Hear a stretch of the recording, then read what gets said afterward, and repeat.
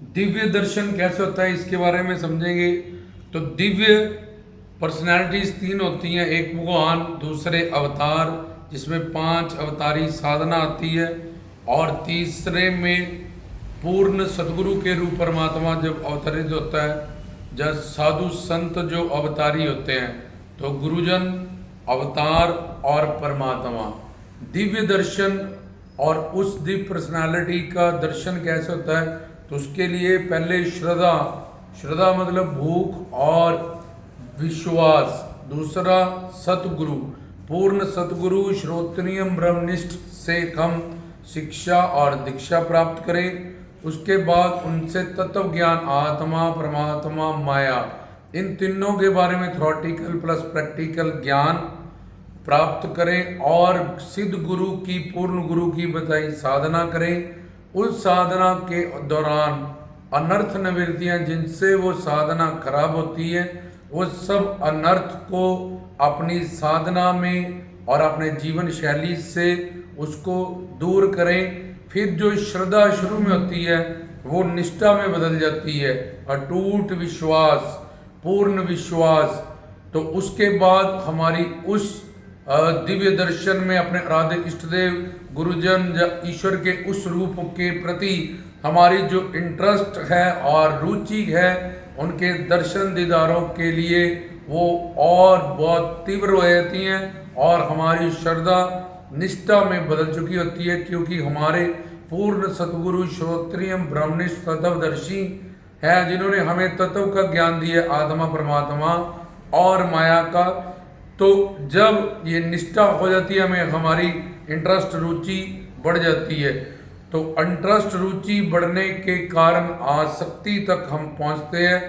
तो आसक्ति जी, जब हमें आसक्ति हो जाती है, आसक्ति मतलब जैसे पानी के बिना मछली तड़पती है, मरने वाला जिंदगी चाहता है, लोभी पैसा चाहता है, इसी तरह से हम अपने ईश्वर, आराध्य इष्टदेव जब प्रभु के उस रूप का दर्शन दीदार चाहते हैं, तो ये आसक्ति धीरे धीरे इतनी बढ़ती है कि उनके बिना एक पल भी हमें ऐसा लगता है कि हम अनंत काल से उनसे बिछड़े हुए हैं, और उनके बिना सारी जिंदगी हमें जीरो लगती है, शून्य लगती है। उनके बिना सारी जिंदगी शून्य, उनसे ये बिछोड़ा हमें अनंत काल से जो आत्मा अपने हरिगुरु भगवान से बिछड़ी हुई है, तो ये बिछड़ा और उनके वियोग में या विरह में आंसू हमारी आंखों से निरंतर चलने शुरू हो जाते हैं। तो जब आसक्ति इस लेवल की हो जाती है, तो प्रेम का, भाव का जन्म होता है, जिसको भगवान को भाव ग्रही कहते हैं, और फिर ये भाव हमें प्रेम भक्ति तक ले जाता है।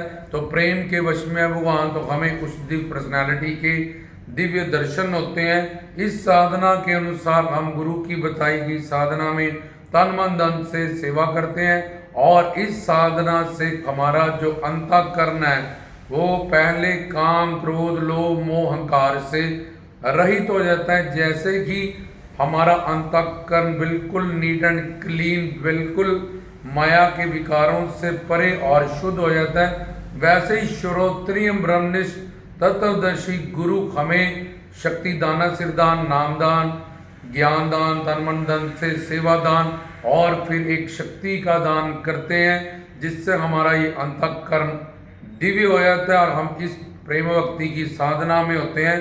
तो जिससे हमें दिव्य दृष्टि प्रदान होती है, जिससे हमारे पास दिव्य इंद्रियां आती हैं। तो वो पर्सनालिटी जब 5 देव उपासना में विष्णु जी, शंकर जी, आदि शक्ति, जहाँ गणेश जी, जहाँ किसी साधु संत परमात्मा जो महात्मा के रूप में अवतरित है, जहाँ पूर्ण है, उसके अंदर की ज्योत का वो किनके रूप अवतरित है, उसका दर्शन दीदार हमें, हमारे पास अब दिव्य प्रेम और भाव आ चुका होता है, जो प्योरली है। तो भाव ग्रही, प्रेम वश, और गुरु की कृपा से हमें अपने आराध्य इष्ट देव का, जब गुरु का ही दिव्य दर्शन प्राप्त होता है। तो ये था कि दिव्य दर्शन किसको होता है, कैसे होता है। जय श्री सतगुरु जोगी बीरधाम।